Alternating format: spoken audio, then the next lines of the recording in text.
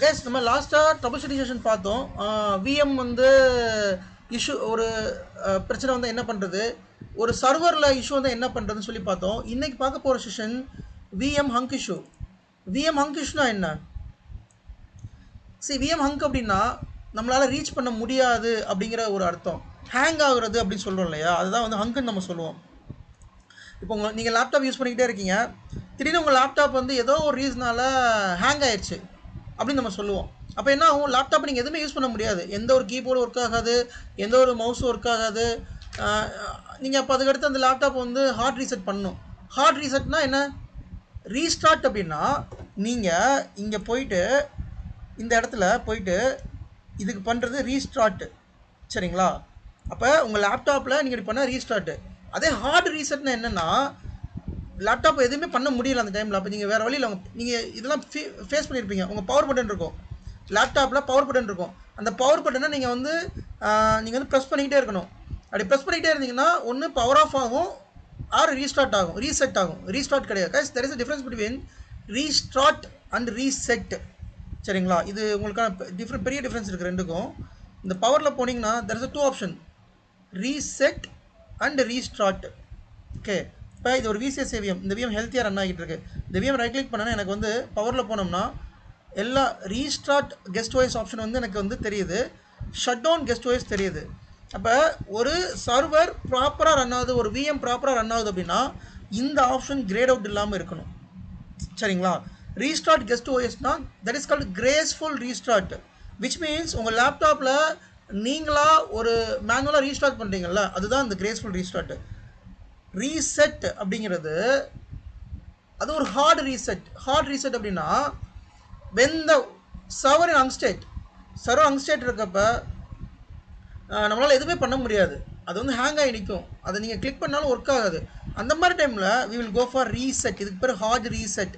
So heart reset பண்ணுறப்ப என்ன ஆகும்னா ப்ராப்பராக ரீசெட் ஆகாது, ஏன்னா ப்ராப்பராக பண்ணவும் முடியாது. அதாவது நீங்கள் நார்மல் கிரேஸ்ஃபுல் ரீஸ்டார்ட் பண்ணுறப்ப அது வந்து பூட் ப்ராசஸ்லாம் ப்ராப்பராக இருக்கும். லைக் அப்ளிகேஷனை க்ளோஸ் பண்ணி, ப்ராசஸ் எல்லாம் க்ளோஸ் பண்ணி, பேக்கெண்டில் எல்லாத்தையும் க்ளோஸ் பண்ணி, அப்புறம் ப்ராப்பராக எல்லாத்தையும் ரீஸ்டார்ட் பண்ணி ப்ராப்பராக பூட் பண்ணி கொண்டு வரது தான் ரீஸ்டார்ட்.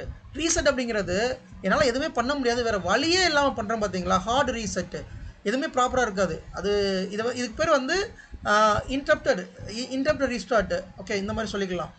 ஸோ அதுதான் நம்ம பண்ண முடியும். So when the server in unstate, when the VM in unstate, we cannot restart. அப்போ உங்களால் ரீசெட் பண்ண தான் பண்ண முடியும். இப்போ இந்த விஎம்னு எடுத்துக்கோங்க, நான் பவர் போனேன் அப்படின்னா I don't have option to restart the OS. I have only option, only power off பண்ணலாம் அல்லது ரீசெட் பண்ணலாம், சரிங்களா? பவர் ஆஃப் அல்லது reset. So power off mostly போக மாட்டோம், எப்போயுமே ரீசெட் தான் போவோம். வென் த விஎம் அன்ஸ்டேட், ஃபஸ்ட்டு நீங்கள் ரீசெட் தான் பண்ணணும். ஸோ ஆல்ரெடி சொல்லியிருக்கேன், இது எப்படி அன்ஸ்டேட் ஆகும். இது நான் வந்து அப்படியே நான் சொல்கிற விஷயங்களை உங்களால் கரெக்டாக ஃபாலோ பண்ணி எழுத முடியுமா எனக்கு தெரியல. பட் ஏன்னா நான் ஒர்க் பண்ணுறது அப்படியே சொல்கிறேன். டெஃபனேஷனாக சொன்னால் உங்களுக்கு அது எழுதுறதுக்கு ஈஸியாக இருக்கும், நோட்ஸ் எடுக்க ஈஸியாக இருக்கும். ஆனால் டெஃபனேஷனாக சொன்னோம் அப்படின்னா நீங்கள் அதை மறந்துடுவீங்க. லைக் அது இன்டர்வியூவில் உங்களுக்கு அது வராது, அண்டு ஒர்க் பண்ணுற இடத்துல உங்களுக்கு வராது.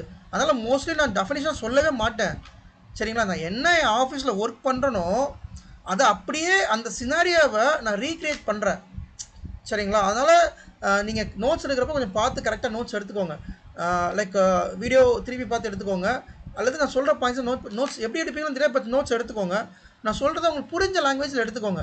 டெஃபினேஷனாக நோட்ஸ் எடுக்காதீங்க, சினாரியோ பேஸ்டாக நோட்ஸ் எடுத்துக்கோங்க, சரியா? இப்போ ஒரு சினாரியோ, என்ன சினாரியோ அப்படின்னா, யூசர் வந்துட்டு நமக்கு ஒரு மெயில் போடுவான், I am unable to reach my server is not accessible, my server is not reachable அப்படின்னு சொல்லி நமக்கு ஒரு மெயில் வரும்.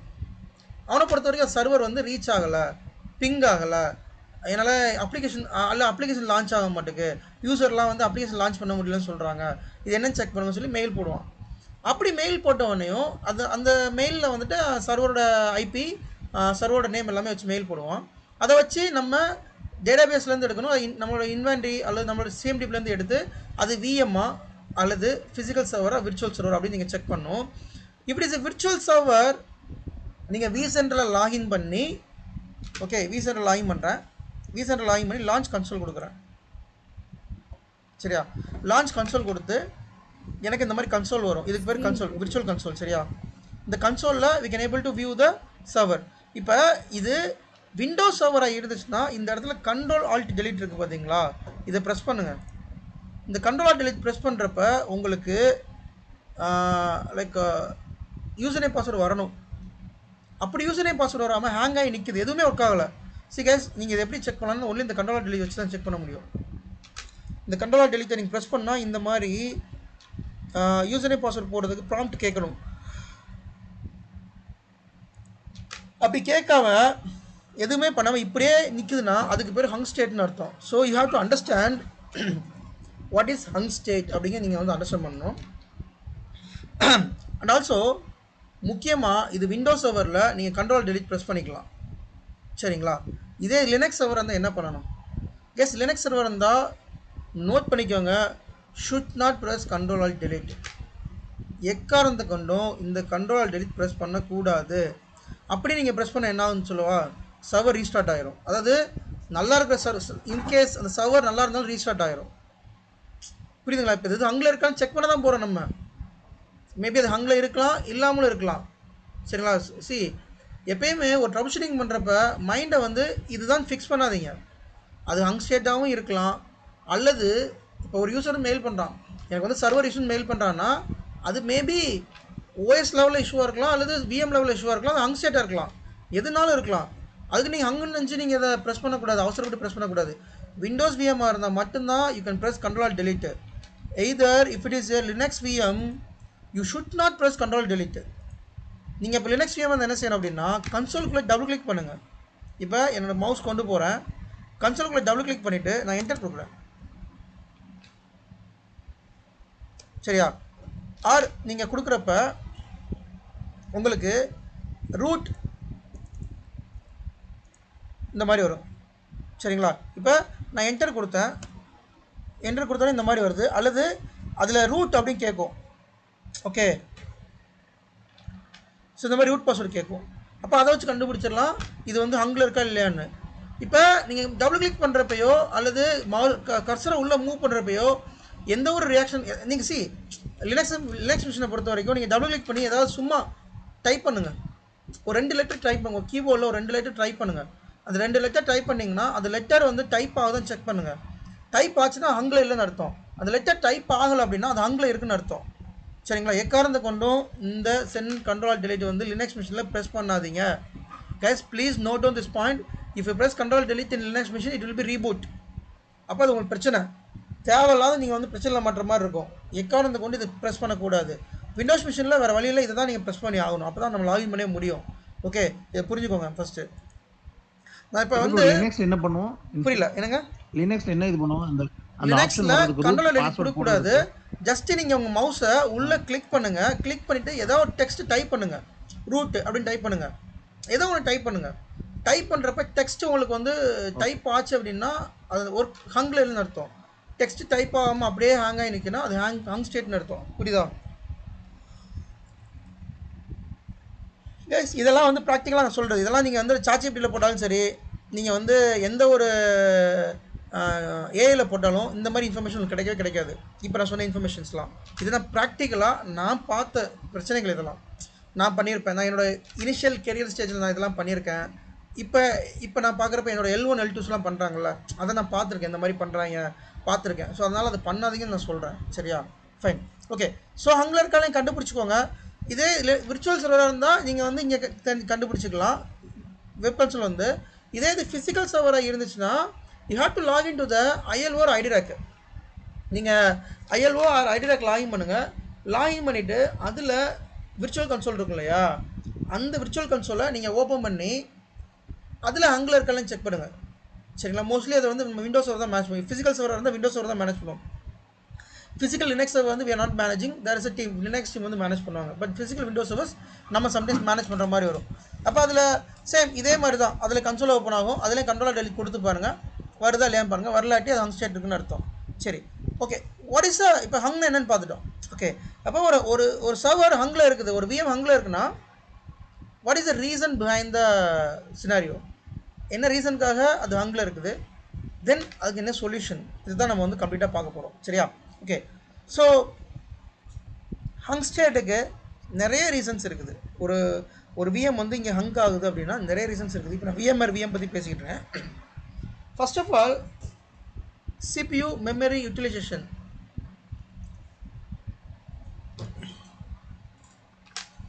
ஒரு விஎம் அதோட peak usage maybe it might use 100% usage, like 100% CPU 100% memory வந்து யூட்டிலைஸ் ஆகுறப்ப கண்டிப்பாக ஹங் போயிடும், வேறு வழியே இல்லை. அப்போ நீங்கள் தான் ஹார்ட் ரீசெட் பண்ணி தான் ஆகணும். இங்கே இருக்கு இல்லையா, இப்போ ரியல் டைம் காமிக்குது. ஸோ ரியல் டைமில் இப்போ வந்து பார்த்தீங்கன்னா CPU வந்து இங்கே வச்சு பண்ணி பார்த்தீங்கன்னா எவ்வளோ யூட்டிலைஸ் பண்ணுதுன்னு பார்த்துக்கலாம். அதேமாதிரி மெமரி பார்த்தீங்கன்னா இது 100% இங்கே இருக்குது. ஸோ அப்போ ஆல்மோஸ்ட் இது மெமரி யூசேஜ் பார்த்தீங்க யூட்டிலைசேஷன் பார்த்தீங்கன்னா ஒரு 95 யூட்டிலைஸ் ஆகுது. இது எப்போ 100 தொடுதோ அப்போ ஹேங் ஸ்டேட் போயிடும். புரியுதுங்களா? அப்போ one of the main reason வந்து CPU மெமரி யூட்டிலைசேஷன் வந்து main reason. Second CPU memory crunch or CPU memory contention. நம்ம இதை பற்றி நிறைய பேசியிருக்கோம். ஸோ ரிசோர்ஸ் க்ரன்ச்னு சொல்லுவோம். ரிசோர்ஸ் க்ரன்ச் அப்படின்னா அது அந்த ரிசோர்ஸை வந்து ESXi சரியாக ப்ரொவைட் பண்ண முடியலன்னு அர்த்தம். லைக் அந்த ESXi ஹோஸ்ட்லேயே பார்த்தீங்கன்னா கம்ப்ளீட்டாக ஃபுல்லாக இருக்கும். அந்த ESXi வந்து லைக் 90% மேலே ஆர் 98% மேலே அதுவே வந்து கம்ப்ளீட்டாக வந்து எடுத்துக்கும். ஸோ அப்படி எடுத்துக்கப்ப அந்த ESXiயால் விஎம்க்கு அலோகேட் பண்ண முடியாது, தேவையான மெமரி தேவையான CPUவை அலோகேட் பண்ண முடியாது. ஸோ அந்த மாதிரி சினாரியோவில் நம்ம அந்த contention memory contention CPU contention அப்படின்னு வந்து நம்ம சொல்கிறோம். ஏன்னா ஒரே நேரத்தில் அந்த ESXi ஹோஸ்ட்டில் ரன் ஆகிற மற்ற விஎம்மும் அந்த ஒரு மெமரிக்காகவும் அந்த ஒரு CPUக்காகவும் காம்படேட் பண்ணும். அப்படி காம்படேட் பண்ணுறப்ப யாருக்கு இது அலோகேட் பண்ணும் அதுக்கு தெரியாது, இருக்கிறதே கொஞ்சமாக தான் இருக்கும். அப்போ அந்த டைமில் தெர் இஸ் அ கண்டென்ஷன். அந்த மாதிரி டைம்லையும் ஹங் ஸ்டேட் போகிறதுக்கான சான்சஸ் வந்து நிறைய இருக்குது. அடுத்து பார்த்தீங்கன்னா PSO எரர். ஸோ நம்ம PSO எரரை பற்றி கம்ப்ளீட்டாக ஆல்ரெடி பார்த்துருக்கோம். What is blue screen of death அப்படின்னு சொல்லி நம்ம வந்து பார்த்துருக்கோம். ஸோ இந்த இடத்துல இந்நேரம் நீங்கள் விர்ச்சுவல் மிஷின்லையும் ப்ளூ ஸ்க்ரீன் ஆஃப் டெத் வரும். நல்லா ஞாபகம் வச்சுக்கோங்க. Not only physical servers, blue screen of death வந்து பார்த்தீங்கன்னா ஃபிசிக்கல் சர்வர்ஸ்லேயே வரும், விர்ச்சுவல் மிஷின்ஸ்லேயே வரும். ஃபிசிக்கல் சர்வர்ஸில் அதிகமாக எதுக்காக வரும் அப்படின்னா மெமரி ஃபால்ட்டு, அதாவது டிம் இருக்குல்ல, டிம் ஸ்லாட்டு ரேம், அந்த ரேம் வந்து ஃபால்ட் ஆனாலோ ஃபெயிலியர் ஆனாலோ, மதர் போர்டு ஃபெயிலியர் ஆனாலோ, CPU ஃபெயிலியர் ஆனாலோ, அல்லது நிக்கார்டு ஃபெயிலியர் ஆனாலோ, firmware NIC card firmware, HPA firmware, RAID controller firmware எதுவும் அவுட்டேட்டட் ஆனாலோ PSO எரர் வந்து அக்கவர் ஆகும். Okay, blue screen of error டெத்னு சொல்லுங்க இல்லையா, இந்த PSO எரர். வேறு விர்ச்சுவல் மிஷினை பொறுத்த வரைக்கும் இதெல்லாம் அப்ளிகபிள் ஆகவே ஆகாது. விர்ச்சுவல் மிஷினை பொறுத்த வரைக்கும் எதெல்லாம் அப்ளிகபிள் ஆகும் அப்படின்னா டிரைவர்ஸ் இஷ்யூனாலேயோ, அல்லது விஎம் டூல் ஏதாவது கரெக்டாக இருந்தாலோ, அல்லது ஓஎஸில் எதுவும் சின்ன பிரச்சனை இருந்தாலோ அது கரெக்டாக இருந்தாலோ, ரிஜிஸ்ட்ரி கரெக்டாக இருந்தாலோ, அல்லது வந்துட்டு ஏதாவது வைரஸ் இன்ஃபெக்ஷன் இருந்தால், அப்ளிகேஷன் கரப்ஷன் இருந்தால், we may face the PSO error in virtual machines. அதாவது OS கரெக்டாக இருந்தால், பூட் ஃபைல் கரெக்டாக இருந்தால் we may face the PSO error in இந்த இடத்துல PSO error ஃபேஸ் பண்ணுவோம். அப்போ PSO error வரப்போ நான் ஆல்ரெடி சொல்லியிருக்கேன் ஹங் ஸ்டேட்டில் தான் இருக்கும். அப்போ அந்த மாதிரி டைமில் நீங்கள் என்ன பண்ணணும், ரீசெட் தான் பண்ணுற மாதிரி இருக்கும், வேறு எதுவுமே பண்ண முடியாது. ரைட் கிளிக் பண்ணிவிட்டு வேறு ஆப்ஷனே தெரியாது, பவரில் போயிட்டு you have to only press reset, இது தான் பண்ணி ஆகணும், வேறு வழியே கிடையாது. சரியா? ஸோ ரீசெட் பண்ணிவிட்டு தென் அதுக்கப்புறமா அதுக்கு என்ன சொல்யூஷன் அப்படின்னு சொல்லி பார்க்கணும். ஸோ PSO எரர் வருவதற்கு என்னென்ன ரீசன்ஸ் இருக்குது அப்படின்னு நீங்கள் அனலைஸ் பண்ணணும். அதை பற்றி தனி கிளாஸே நான் எடுத்திருக்கேன். ஓகே, ஸோ அந்த கிளாஸ் ஒரு ரெஃபர் பண்ணுங்கள். அதை பற்றி மறுபடியும் நான் பேசணுன்னா எனக்கு கிளாஸ் இன்னமும் எக்ஸ்டெண்ட் ஆகும். ஸோ PSO எரர் வர்றதுக்கு என்னென்ன ரீசன்ஸ் இருக்குது, அதை நம்ம எப்படி ரிசால்வ் பண்ணுறது, அது என்னென்ன எரர் கோட்ஸ் இருக்குது, அந்த லாக் எப்படி அனலைஸ் பண்ணுறது, ஈவெண்ட் வியூவரில் எப்படி பார்க்குறது, அந்த PSO எரர் அடுத்து வராமல் எப்படி தடுக்கிறது அப்படின்னு சொல்லிட்டு ஆல்ரெடி ஒரு 4 நாளைக்கு முன்னாடி ஒரு செஷன் எடுத்திருக்கேன். அதை ரெஃபர் பண்ணி பாருங்கள். ஸோ தட் உங்களுக்கு அதை சொல்யூஷன் வந்து கொடுத்துடலாம். சரியா? ஸோ PSO எரர் அடுத்து பார்த்தீங்க அப்படின்னா இந்த பிரச்சனைக்கு காரணமாக இருக்கிறது வந்துட்டு சம்டைம்ஸ் விண்டோஸ் பேட்ச் வந்து இந்த பிரச்சனைக்கு காரணமாக இருக்கும். ஹங் ஆகுறதுக்கான சான்சஸ் வந்து நிறைய இருக்குது. லைக் விண்டோஸ் பேட்ச் வந்துட்டு maybe it's corrupt the OS, அந்த மாதிரி டைமில் ஹங் ஸ்டேட் போயிடும். ஆர் விண்டோஸ் பேட்ச் அவுட்டேட்டடாக இருந்தாலோ, அல்லது தப்பான ஒரு பேட்ச் இன்ஸ்டால் ஆகியிருந்தாலோ we may face the hung issue. அடுத்த முக்கியமான பாயிண்ட்டு விஎம் டூல். ஆல்ரெடி சொல்லியிருக்கேன், ஒரு சர்வர் ப்ராப்பராக ரன் ஆகணும், ஒரு விஎம் ப்ராப்பராக ரன் ஆகணும்னா விஎம் டூல் ரொம்ப ரொம்ப முக்கியம். அதை நீங்கள் எங்கே பார்க்கலாம் அப்படின்னா, இந்த விஎம்ஐ கிளிக் பண்ணிவிட்டு சம்மரியில் இந்த இடத்துல விர்ச்சுவல் மிஷின் டீடைல்ஸில் போனீங்கன்னா விஎம் டூல் என்ன வெர்ஷன் ரன் ஆகுது நீங்கள் பார்த்துக்கலாம். சரிங்களா, ரன்னிங் வெர்ஷன் என்ன வெர்ஷன், இந்த இதை கிளிக் பண்ணிங்கன்னா எக்ஸாக்டாக வெர்ஷன் என்னன்னு தெரியும். ஸோ அப்போ இதில் விஎம் டூல் லேட்டஸ்ட் வெர்ஷனாக இருக்கணும். அவுட்டேட்டட் வெர்ஷனாக இருந்தாலோ அல்லது விஎம் டூல் இன்ஸ்டால் ஆகிட்டு இருக்கப்போ ஏதாவது அன்எக்ஸ்பெக்டடாக ஷட் டவுன் ஆனாலோ அன்எக்ஸ்பெக்டடாக ரீபூட் ஆனாலோ ஹங் ஸ்டேட் போகிறதுக்கான சான்சஸ் இருக்குது. And also VM hardware version இதாக இருக்கு இல்லையா, இதுக்கு பிறகு விஎம் ஹார்ட்வேர் வெர்ஷன். இந்த விஎம் ஹார்ட்வேர் வெர்ஷன் வந்து எப்பயுமே அப்டேட் இருக்கணும். ESXi VM hardware version also depends on the ESXi version. இப்போ ESXi 7.0 அப்படின்னா விஎம் ஹார்ட்வேர் வெர்ஷன் 19, ESXi 8.0னா விஎம் ஹார்ட்வேர் வெர்ஷன் 21.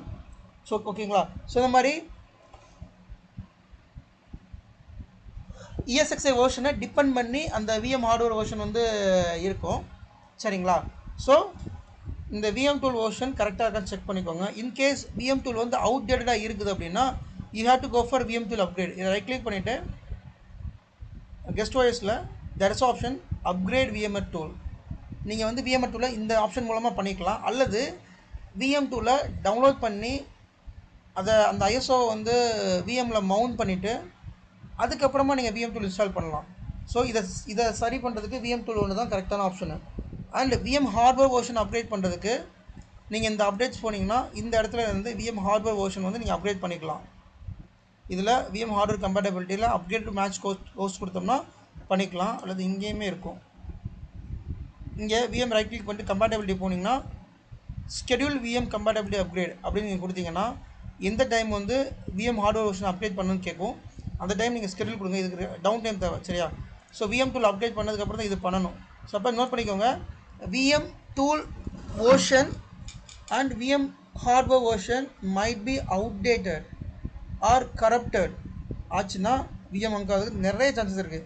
நான் ஆல்ரெடி சொல்லியிருக்கேன், ஒரு விர்ச்சுவல் மிஷின் எடுத்துக்கிட்டால் சில ஃபேக்டர் தப்பாக இருந்தால் கண்டிப்பாக இஷ்யூ ஆகும். First resource, second VM tool. இந்த ரெண்டு ஃபேக்டர் ரொம்ப ரொம்ப முக்கியம். இந்த ரெண்டு ஃபேக்டர் நல்லா இருந்தாலே உங்களோட விர்ச்சுவல் மிஷின் வந்து ரொம்ப சூப்பராக ரன் ஆகும், எந்த ஒரு இஷ்யூ இல்லாமல் ரன் ஆகும்.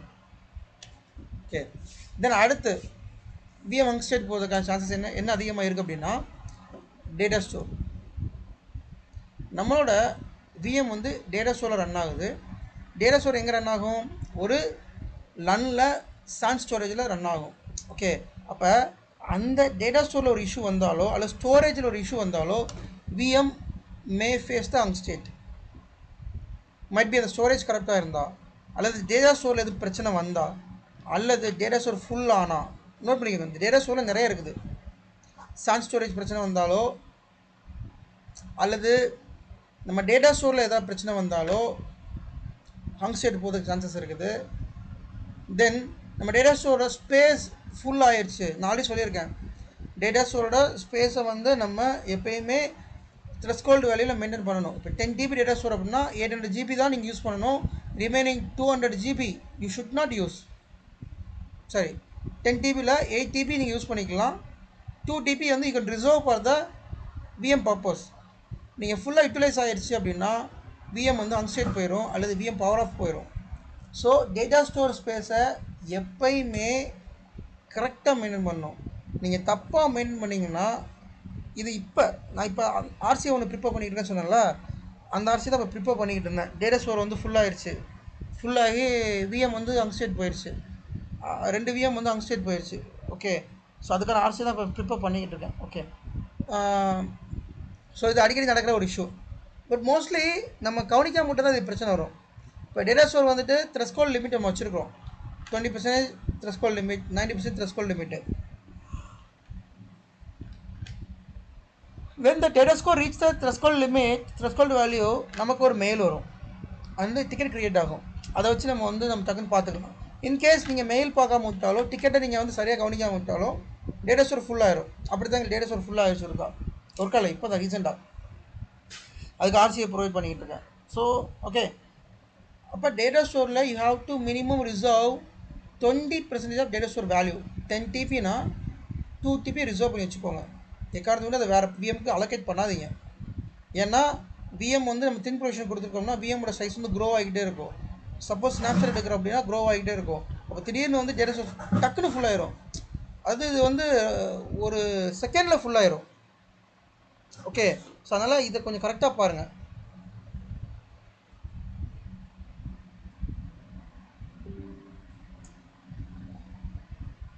ஸோ டேட்டா ஸ்டோர் வந்து எக்காரணத்தை கொண்டும் ஃபுல் ஆகக்கூடாது. அதை நீங்கள் வந்து செக் பண்ணிக்கோங்க.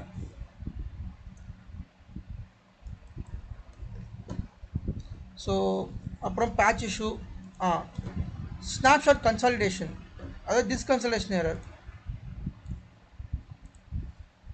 மோஸ்ட்லி ஸ்னாப்ஷாட் நான் ஆல்ரெடி சொல்லியிருக்கேன். நீங்கள் வந்து ஒரு ஸ்னாப்ஷாட் மேலே வைக்காதீங்க. முக்கியமாக டேட்டாபேஸ் விஎம்லாம் பார்த்தீங்கன்னா ரொம்ப பெரிய விஎம்மாக இருக்கும். லைக் அதோட விஎம்லாம் சைஸ்லாம் பார்த்தீங்கன்னா 5 TB 6 TB 8 TBலாம் இருக்கும். அந்த மாதிரி பெரிய பெரிய விஎம்க்குலாம் ஸ்னாப்ஷாட் வந்து நீங்கள் எடுக்கிறப்ப பார்த்து தான் எடுக்கணும். ஸ்னாப்ஷாட் எடுக்கிறப்ப நீங்கள் இன்டரப்ட் பண்ணிங்கன்னா அது கரெக்டாக இருக்க சான்சஸ் இருக்குது.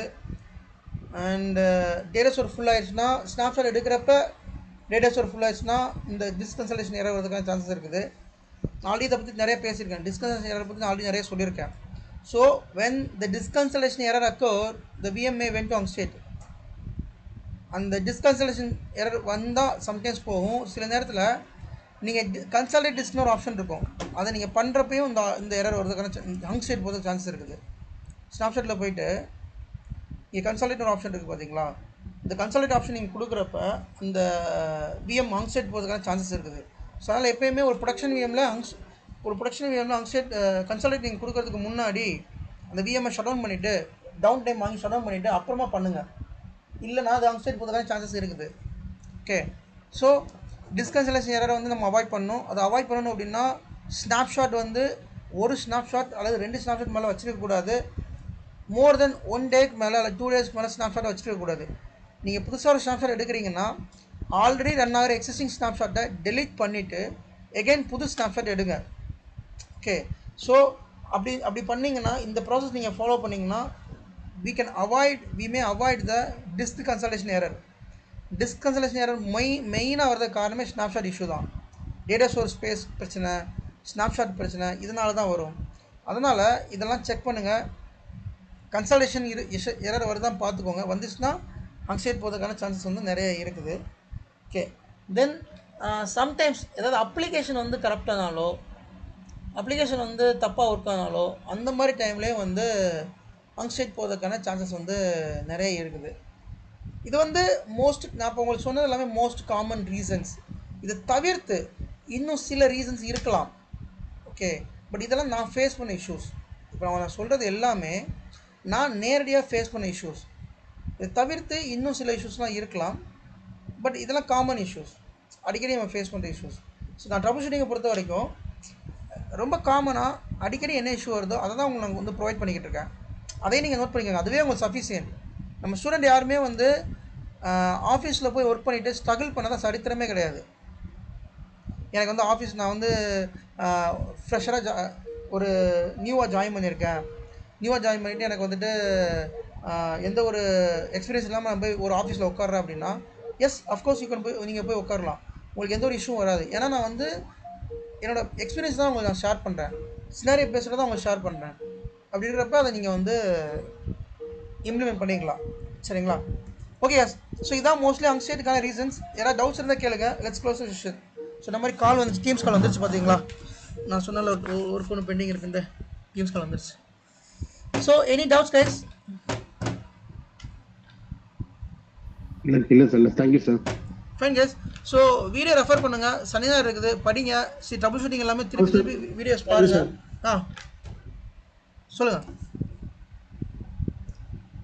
சொல்லுங்க கேக்குது? Thank you sir. Thank you sir. Yeah, thank you. So video refer பண்ணுங்க. வீடியோ பார்த்துட்டு தேங்க்யூ சார். தேங்க்யூ. வீடியோ பார்த்து நோட்ஸ் எடுத்துக்கோங்க. ஓகேங்களா? Thank you all. தேங்க்யூ. ஓகே.